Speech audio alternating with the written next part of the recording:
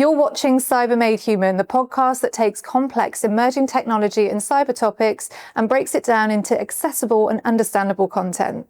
I'm your host, Alice Violet, and today I'm joined by Reid from the National Signals Intelligence and Security Trust. We dive into the history of cybersecurity, not only here in Cheltenham, but also in the wider UK, and the influence we had in things like World War II, signals intelligence, some of the incredible women and men involved in the history of cybersecurity, and we uncover some of the hidden secret stories that are only just being uncovered today.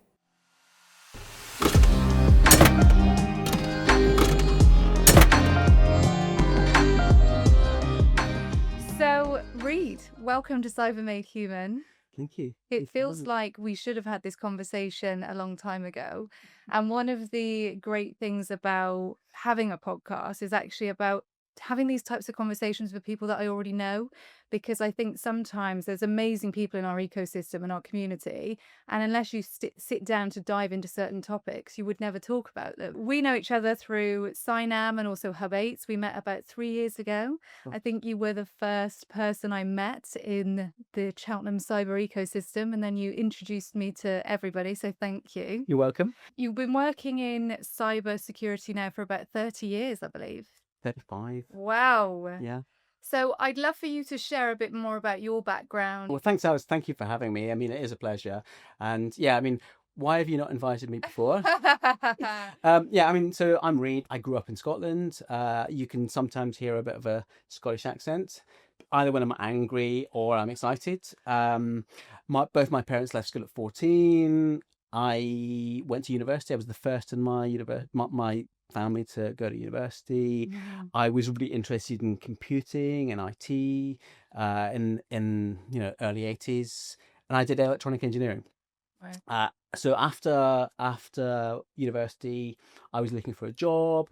I think I already had a public service thing going on, but I wouldn't have said that at the time. And I applied for a job to work for the government.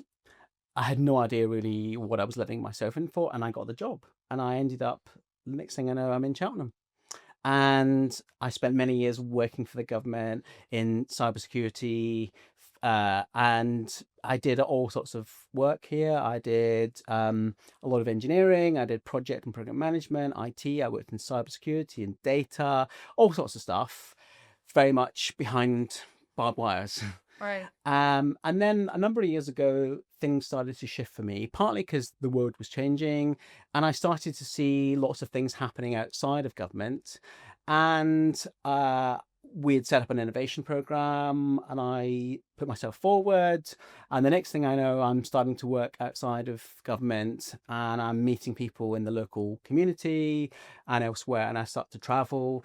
And I realized that innovation in itself, creating new value, was something that could be studied and learned about. And so I became a bit of a practitioner in innovation, particularly around technology, but I never lost my cybersecurity or national security interest. Right. And from that, I ended up doing a variety of things, including getting involved in things like Cynam, and then more recently, becoming one of the first trustees of NSIST, which is what we're here to talk about, the National Signals Intelligence and Security Trust. Yes. Yeah, I got it right.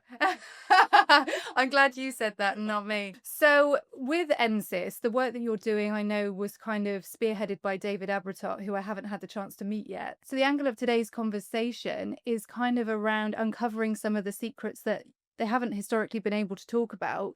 And you mentioned that there's a lot of people who, dating right back to the world wars, have been involved in this work. And, you're losing them as they age or unfortunately die. But I'd love for you to just share a bit more about NSIST, how it came about and the work that you're doing. Sure. So, I mean, maybe the first place to start is Bletchley Park. So a lot of people have heard about Bletchley Park or they've been to Bletchley Park in Buckinghamshire. It's a lovely stately home, manor house, that had an incredible role during the Second World War. It was about 7 years when it actually was doing amazing things. Popularised through films like The Imitation Game, where Alan Turing, this incredible mathematician, was cracking the Nazi codes used by Enigma. And this was all secret during the war. And I think Churchill called it the goose that laid the golden egg. So, Bletchley Park as a charity has been around for a number of years and has really popularized a lot of the history around signals intelligence in the UK. And it's brilliant. But of course, that's 7 years of history. And actually, signals intelligence and security goes back over 100 years, back to the First World War. In fact, there were a whole load of sites called Y stations that were created to listen in to things like Morse all over the country. The first one was, or one of the early ones, is in Scarborough, and that is still a place that the government has today. So GCHQ has a facility in Scarborough, but there are loads of other places that are nothing to do with government, and they're just places. So, for example, Beaumanor Hall in Leicestershire, that was a Y station during the Second World War, and there were so many stories about what the people got up to there. But actually, government has no responsibility for these sites. Yeah. And without the work of an organization like NSIST, there's a danger that we will lose all this heritage and history, both the physical sites, but also the people that you talked about. There are still people today who have stories about what they were doing from the Second World War onwards that have never told those stories to anybody. So there's an oral history that is yet to be told, and we can't expect GCHQ and the government to do all of this work because they've got a job keeping the country safe today. Yeah. So that was really the origin of NSIST setting up a new charity. And I know David had been thinking about this for several years. And through meeting a variety of people, partly through the ecosystem in Cheltenham, he and others were inspired to set up this new charitable trust. And we were set up last year as an actual charity. Amazing. Which is great.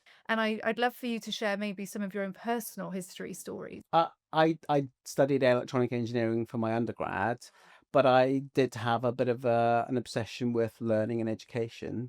So, in Cheltenham, I did a master's in ancient Hebrew and biblical studies. It was the first time I'd studied humanities, so learning about philosophy and religion and theology and text and history. I'd never actually studied history before properly at a postgraduate level. Yeah. So that was amazing. And it did open up a whole load of things for me. And more recently, I've also done another master's in cybersecurity at University of Oxford. So I've got quite a broad view on things. But I guess in terms of coming back to signals intelligence and security, it's not all about the technology. Actually, it crosses the divide of humanities and sciences. It is about communications, radio and microwaves and whatever, telegraphy, but it's also about current affairs and statesmanship and languages. So there's a whole mix of humanities and sciences when we tell the story of signals intelligence. Yeah. So it's something for everybody. Definitely, yeah. And have you got any kind of stories that you've uncovered yourself? So we were saying earlier, I met a guy called David Seckinger 2 or 3 years ago. He and his wife were in their 80s, and they had come back to Cheltenham to basically visit and some of the old places that they'd been. And I bumped into him. And we got chatting, and I told him I worked in the sector, and he was telling me about his early career. He started off, I think, as an apprentice engineer, and he got a job at GCHQ, and this is in the 1950s, and it's like unbelievable. But he was telling me about his work or working on something called Colossus, and Colossus, for those that may not know, was the first programmable computer in the world that was originally created by Tommy Flowers, another great engineer, at Bletchley Park to help with decrypting Nazi codes. Wow. And so the original Colossus has completely been destroyed, and there's a replica you can see if you go to the National Museum of Computing in Bletchley. Now, again, looking at the GCHQ declassified history, which you can see on their website, Colossus machines, that I think there were 10 created, and some of those found their way to Cheltenham when GCHQ moved to Cheltenham in the 1950s. I think one was called Red and one was called Blue.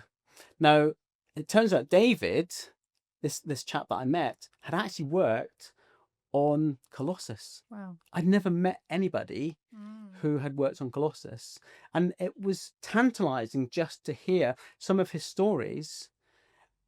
And that was it. We had quite a short meeting. I took his email address, and he lives in Germany, and off he went. And I thought, great, I must email him and introduce him to David Abertat. But I got no reply. And to this day, I don't know whether David is out there. And if you're listening, David, please will you get in touch. Yeah. But it may be that he's no longer with us because he was in his 80s. And so those stories may be lost forever. And how many hundreds and thousands of people throughout the UK and the world who worked on signals intelligence and security have those stories. I'll give you one other one. So there's I think a US historian, Marie Hicks. She wrote a book called Programmed Inequality, and she talks about the history of women in computing. I was going to ask about that. Yeah. She was in the military and got drafted into Bletchley Park and then GCHQ. And so Marie's book suggests that there were Wrens working on computers in the 1950s at GCHQ, and we don't know. And we don't know what their stories are.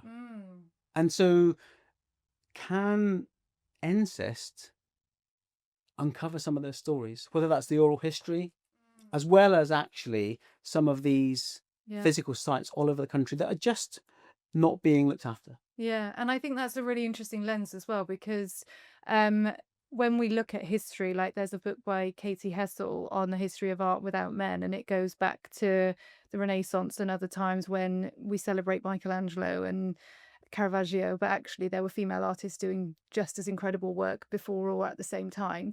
And I think with kind of doing work now and uncovering those stories, I don't think it's going to be as biased to history. And it's good that we are finding women's stories in these stories as well, because I think during the war, when a lot of men were soldiers, it was the women that were working in these kind of roles. Well, I was looking just the other day in preparation for the podcast. A lady called Joan Thornton. She was originally from Liverpool. Okay. I think she was 22 when she was drafted into the auxiliary army. And this was 1942. And she ended up at a place called Beaumanor Hall in Leicestershire, next to a little village called Quorn, which is where the food is named after. Okay. So you can Google that later. But in Leicestershire. And Beaumanor Hall was a Y station. So that was a place to listen to all these signals. And so she had to learn Morse code, and she had to transcribe the Morse code, and then it would be sent off, I guess, to Bletchley Park. And she was there with lots of other women, and they were there for, I guess, 2 or 3 years during the war. And this was all in complete secrecy. So they couldn't tell anybody what they were doing. Wow. But they were contributing to defeating the Nazis during the Second World War in this manor house in the middle of Leicestershire. Wow. And so, you know, the stories that she was actually interviewed before she died, sadly, in 2016. And thanks actually to the local history group in that part of Leicestershire, who've actually, thankfully, been, you know, doing a lot to look at the history of Beaumanor. Right. And is that something that you're doing with your work in NSIST, is looking at existing trusts and charities that are doing the kind of work that you're doing and piecing them together? Absolutely. So part of what we're about is not only promoting the history and the heritage, but running events and partnering. So in fact, I think we had an event fairly recently at Beaumanor Hall. Wow. Where we met with the local groups that are working on the history at Beaumanor. So there's plenty of opportunities in the future for doing events, as well as raising awareness, and maybe even doing some archaeology. The Cyber Made Human podcast is produced by Alice Violet Creative, my content marketing agency based in Cheltenham. We specialise in complex brands, which primarily means those in emerging technologies, cybersecurity and intelligence. We're able to take abstract, clinical and difficult topics and make beautiful, compelling and results-driven content. So get in touch with us for digital marketing and all your content needs. So the wonderful Patty Moon, who's sat behind the camera today and is one of the trustees of NSIST. Thank you for organising getting NSIST on Cyber Made Human. Amazing to have you here. She was mentioning about the kind of heritage of British history and how much Britain has influenced signals intelligence, but also that we kind of sometimes focus on obvious countries like Russia. And actually there was a lot of work that you've been uncovering with kind of Japanese language and other things, and I'd love to touch a little bit on that. Yeah, I mean, obviously there's the war in the East, and we've had VJ Day fairly recently, Victory in Japan. So at GCHQ there were lots of linguists dealing with lots of different languages, and as I guess there are today. And we think about German during the Second World War, but actually, if we think through to the Cold War, we have Russian and other languages. So being a linguist is, it's a very skilled job, particularly if you're listening to technical languages. Yes. Another anecdote, just where we're talking about contacts, and this is again completely independently.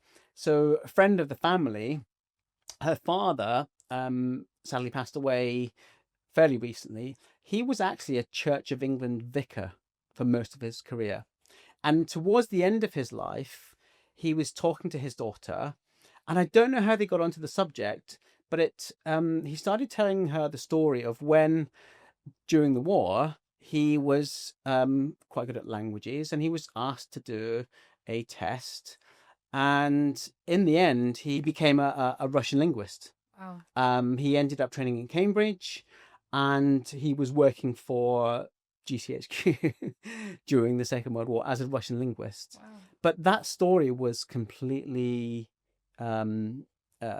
no one knew about it, and it was almost by accident that his daughter happened to be talking to him, and fortunately she was able to record some of his experiences of what it was like being in Cambridge. I mean, he'd come from Nottingham, actually, someone else from Nottingham, and he'd come from a humble background, and I think that's the thing. There's so many stories of ordinary people getting these opportunities, and they were doing it not necessarily for personal gain, but because of the need. Yes. For the country, and there was a real sense of mission and purpose, which is still the same today.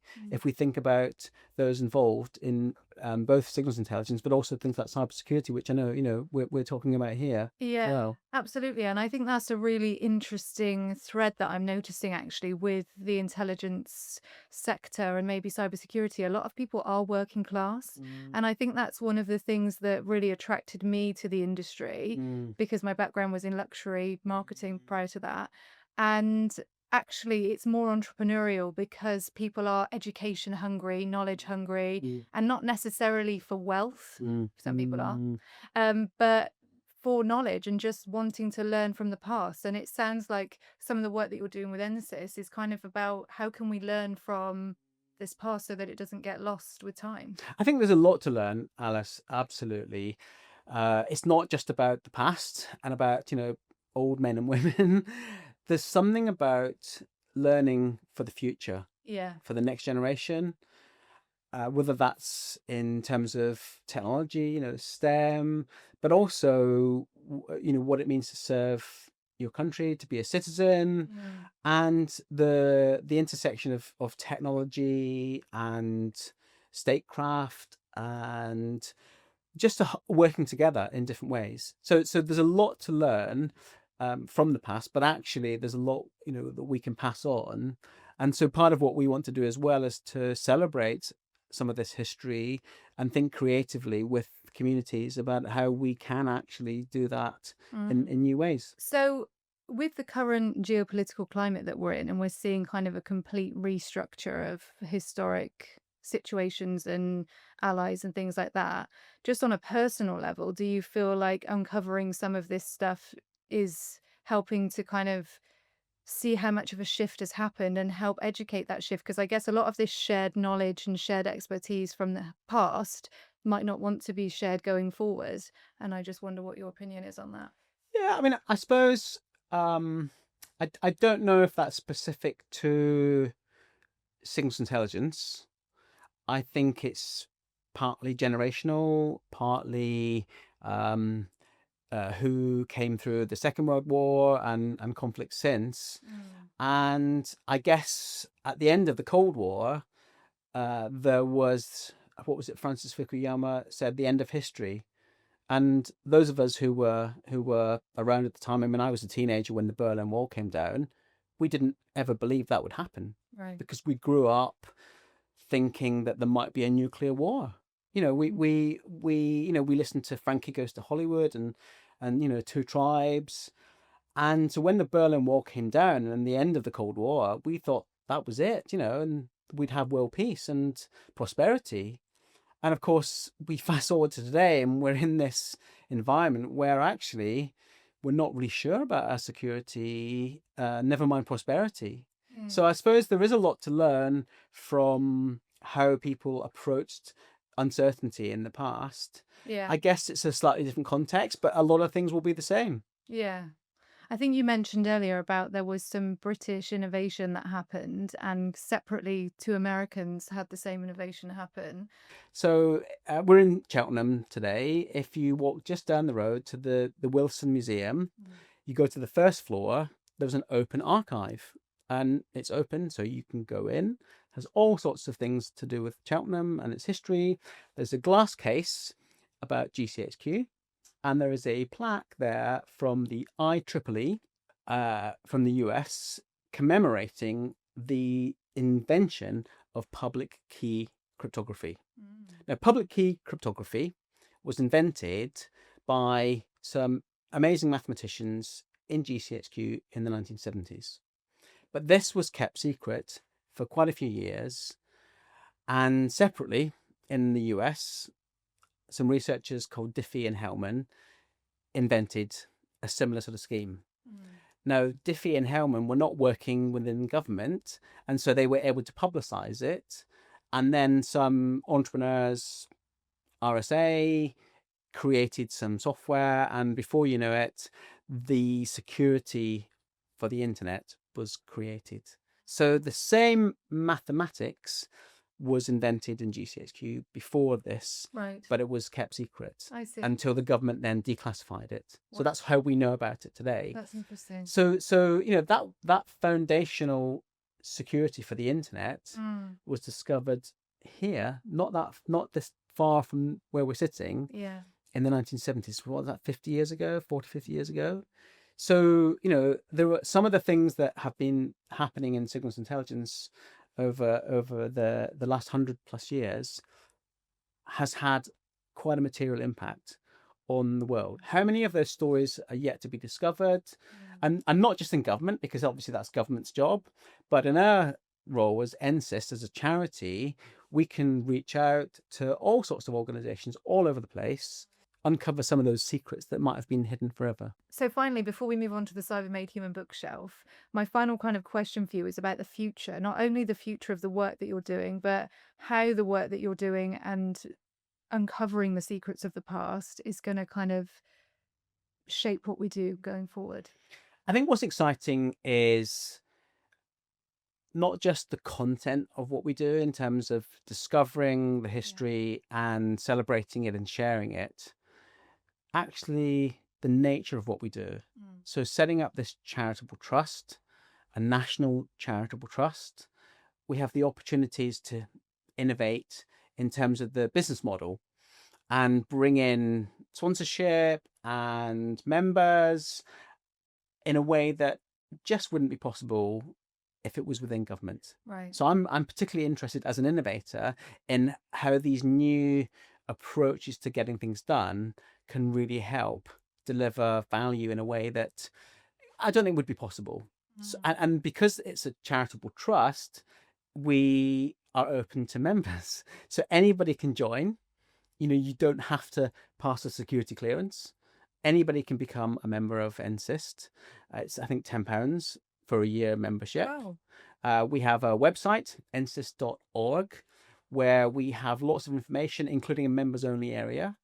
And as I say, we run events, and we are thinking maybe even doing more of podcasting. So there's plenty that we might do. And I would say we're just at the beginning of our journey. Yeah. So we're learning what good looks like. Yeah. And so there's plenty of scope to get involved Amazing. and to shape this. And Yeah. who knows where we'll be in a year's time if we have Yeah. a repeat one, Alice. Wow, exciting. Well, I'd love to be involved, and I'm definitely going to be following the journey closely. I'm very interested in this. So thank you for sharing. And my final question is the Cyber Made Human bookshelf. So this is your opportunity to share a read that changed your thinking or your favorite book. It doesn't have to be related to what we've talked about. It's just an opportunity for us to get to know you as a person a bit more.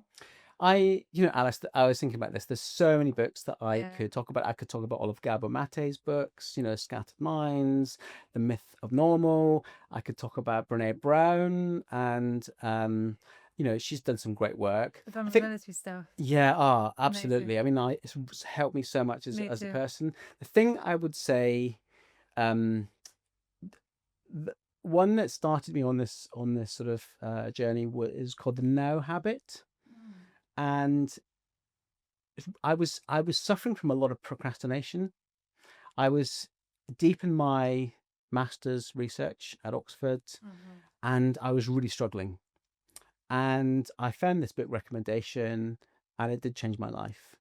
And the key thing that I learned was that procrastination is pain management. And it started me thinking about emotions and my emotional life, and how much the anxiety I had was wrapped up into performance and procrastination and a whole ton of stuff. And it was just a very simple book, but it was really, really powerful. And Wow. that was just what I needed at the time. Great. I love that when you discover a book that you just need in that moment. Amazing. Thank you. Well, my recommendation for this episode is my current read, which is Midnight Library by Matt Haig. This was actually recommended to me by Claire Marchant, who came on series 1 of Cyber Made Human. And it follows the story of somebody who tries to kill themselves, actually, tries to take their own life. And as they're kind of in between life and death, they're taken into a library full of books. And it's their opportunity to experience all the lives they could have lived. And I haven't finished it yet, but it's a really interesting thing, because I think a lot of us live our lives thinking that we're doing something wrong. And if we go down one path, what if the other person or opportunity or job was the better option? And this gives the person the opportunity to explore what all those other options were and see, if you had lived infinite lives, what actually would the point been and what was the benefit? And I haven't come to the conclusion of the book yet, but I'm pretty sure the person is hopefully not going to end up dead and will go back to their life a lot more satisfied. And I think it's a really interesting read, so I would recommend it. Thank you. But yeah, thank you for joining us today, and thank you for watching. Make sure to subscribe. Thank you, guys. My pleasure.